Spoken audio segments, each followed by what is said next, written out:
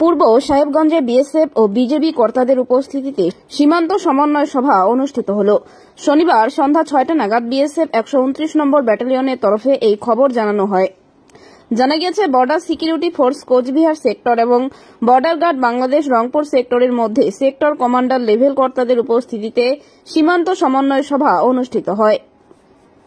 Border guard Bangladesh Rangpur সেক্টরের প্রতিনিধি দলের নেতৃত্বে ছিলেন Mohammad Mamunur Rashid, deputy director general Mohammad Masudur Rahman, commanding officer 22 BN Mohammad Asiful Islam Siddiqui, অতিরিক্ত পরিচালক 15 নম্বর বিজেপি। অন্যান্য দিকে বর্ডার সিকিউরিটি ফোর্স কোচবিহার প্রতিনিধি দলের নেতৃত্বে ছিলেন GS Dhaliwal, deputy inspector general.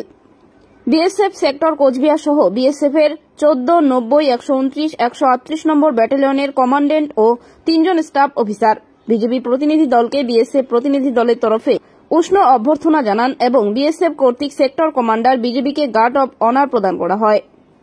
শুরুতেই GS Dhaliwal BSF Coochbehar sector তার কৃতজ্ঞতা প্রকাশ করেন এবং দুই বন্ধু প্রতিবেশী দেশের সীমান্তরক্ষী বাহিনীর মধ্যে বিদ্যমান সৌহার্দ্যপূর্ণ সম্পর্কের জন্য এবং ইন্দো বাংলাদেশ আন্তর্জাতিক সীমান্তে শান্তি বজায় রাখার জন্য বিজেপি সেক্টর কমান্ডারকে ধন্যবাদ জানান।